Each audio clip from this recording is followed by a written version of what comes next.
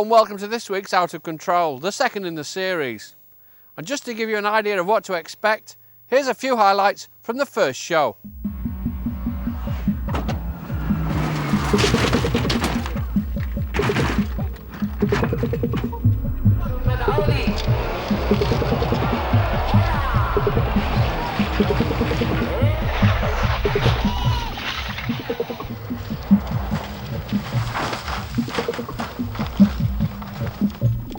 On this week's show, we'll have action from the non-contact sport called Rallycross.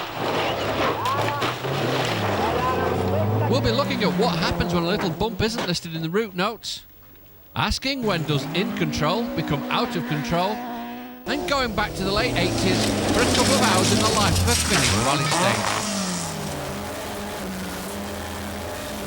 Driving on snow is always a bit scary, and even in Scandinavia, where people run studs in their tyres as a matter of course, keeping it on the road is always that little bit more difficult. The advantage though is that if you do lose control, the impact generally isn't that hard, as the soft snowy banks act like a sort of safety net and little damage is done. This can lull you into a false sense of security though, and incidents are frequent and spectacular. Of course, as long as spectators are on hand, you should be able to get going again, and we'll be seeing quite a lot of incidents on this show where the crews have a lot to thank the spectators for.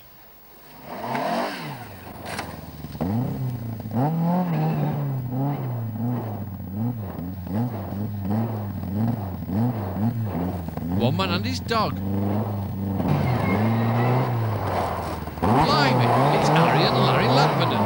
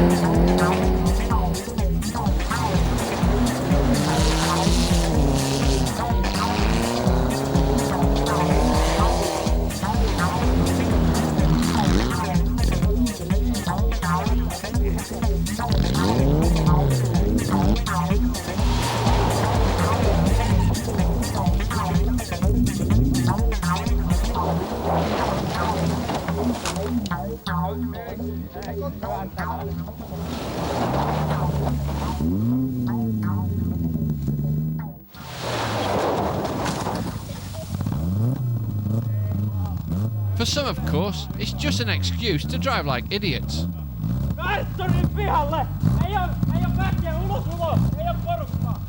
Roughly translated, I think that means, that was rubbish, my mother drives better than that on her way to the supermarket.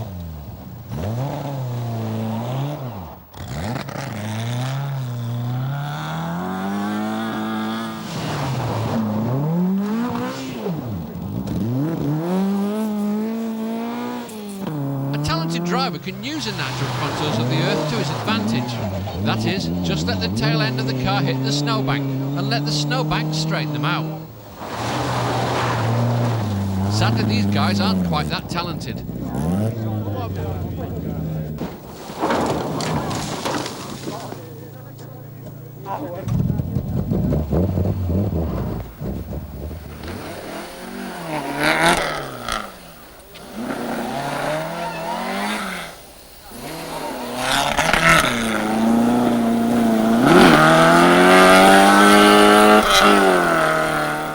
Let's just have one quick look at how it should be done.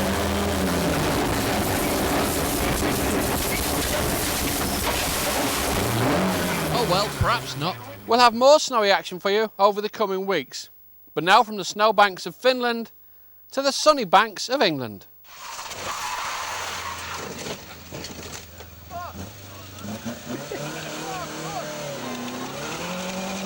Once again, we can see that sometimes crews wouldn't be going anywhere without the help of spectators. But maybe one of them could have mentioned that his rear suspension was knackered. Just look at that wheel bounce, as the driver does his best to burn out the clutch. This was only a little kink, but it was catching loads of people out.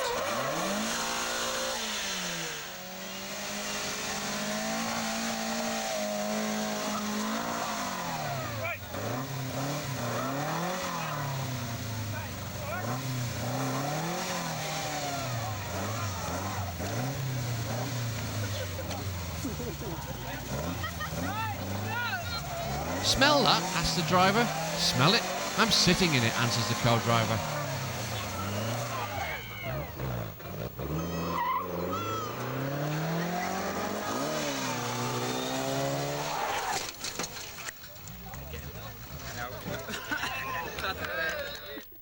Well, perhaps it's not a la carte, more a la carton.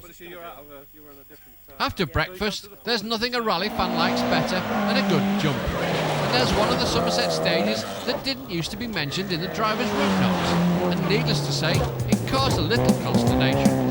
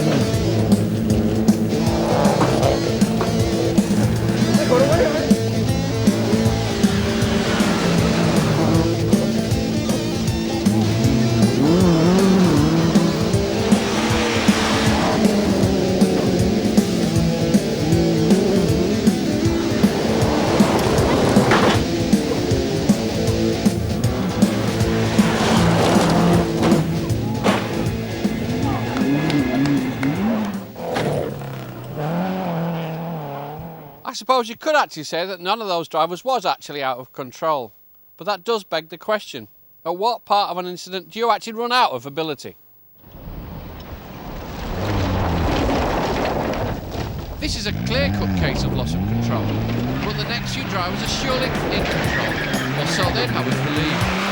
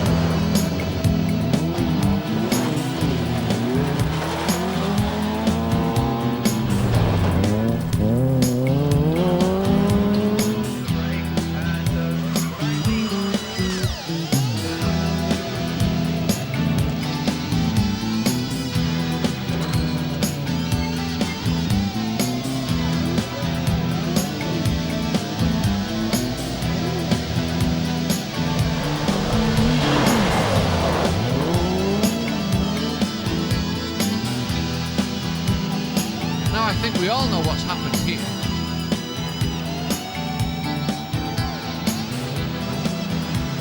And I do believe that this chap might have a very good excuse for his problems.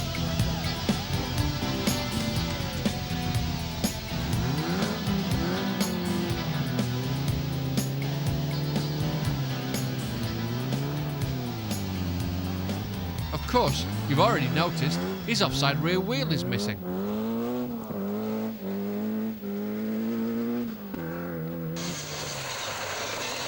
This fast right-hander in the Cumbrian forests is one of those deceptive bends that you just know is going to catch a few people out.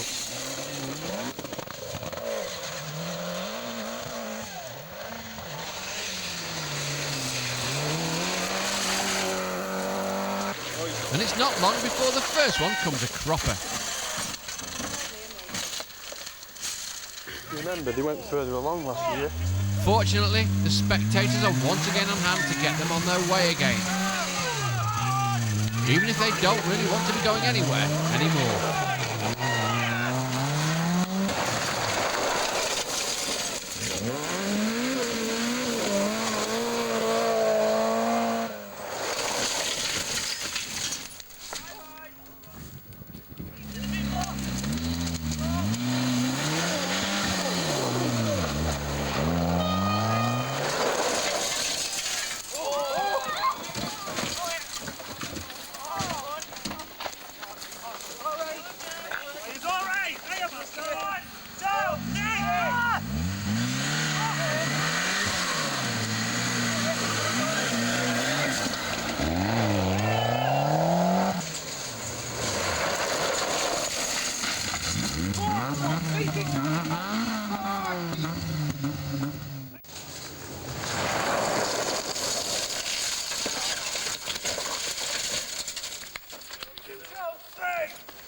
Of course, the happy spectators always have time for a quick, polite word with the crew as well.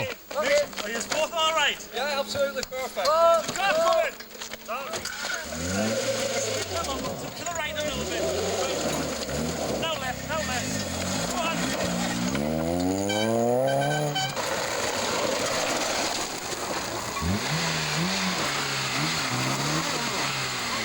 Interestingly, when this chap asks for a push, no one offers to help.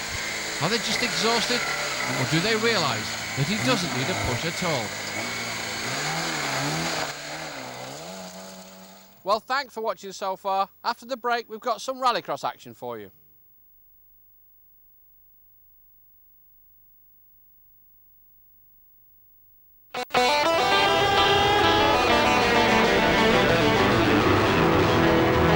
Thanks for staying tuned in. In part 2, we've got some Rallycross action and some more from those entertaining Finns.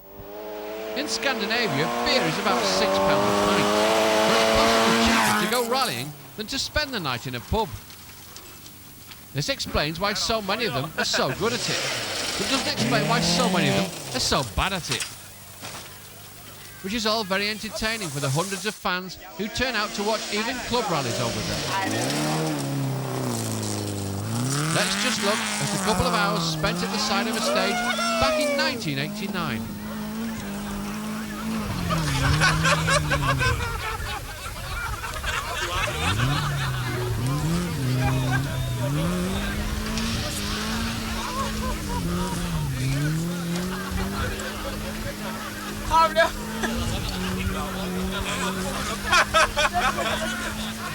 Det är ännu värre än grabbar.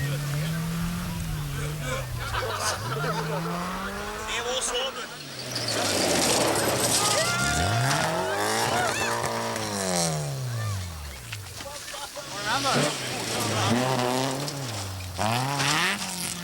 You'd think that it was a safe bet driving along this ditch until the car pops out at the end.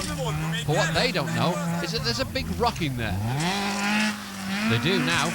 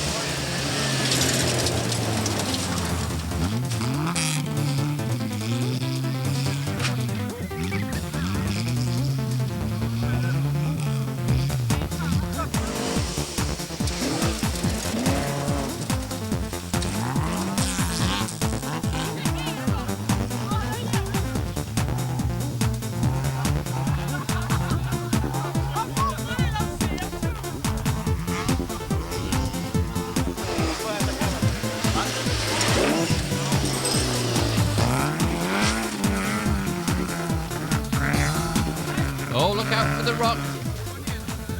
He's found it.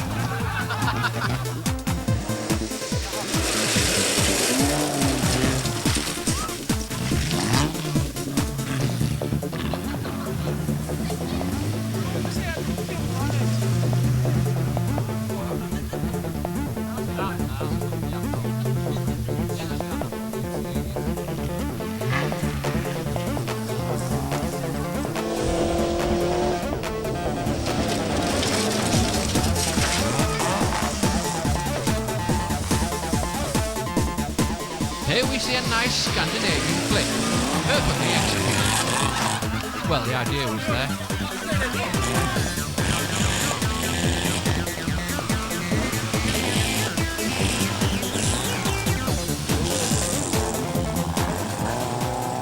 Unfortunately, having been helped out of one ditch, the driver promptly sticks it in the one on the other side, much to the derision of the spectators.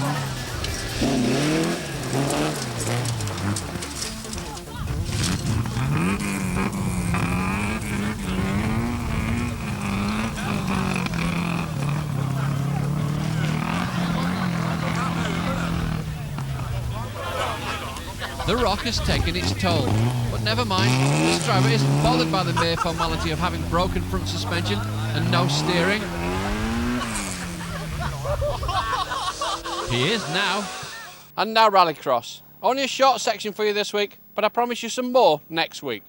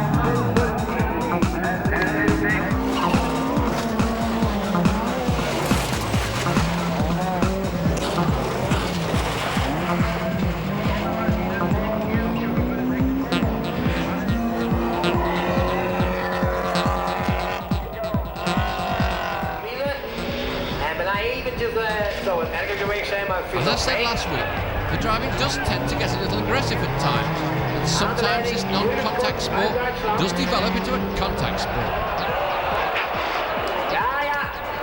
En dan een spectaculaire koprol van Jurgen Kort uit Duitsland.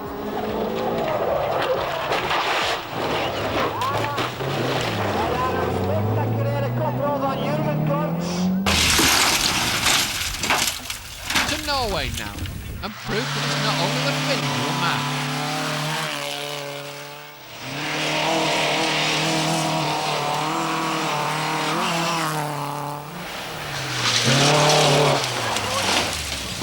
When you see an incident, it is of course prudent to slow down until you've cleared the scene. Not for this chap it is.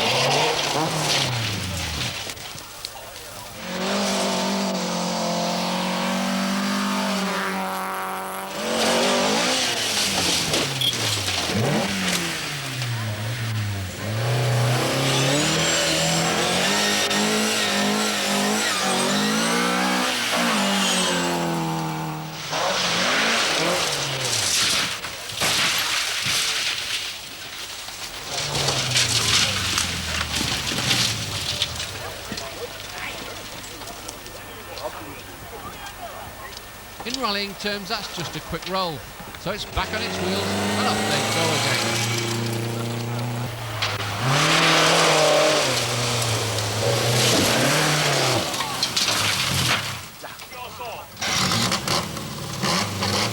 That was just a little something that he threw in to frighten the cameraman.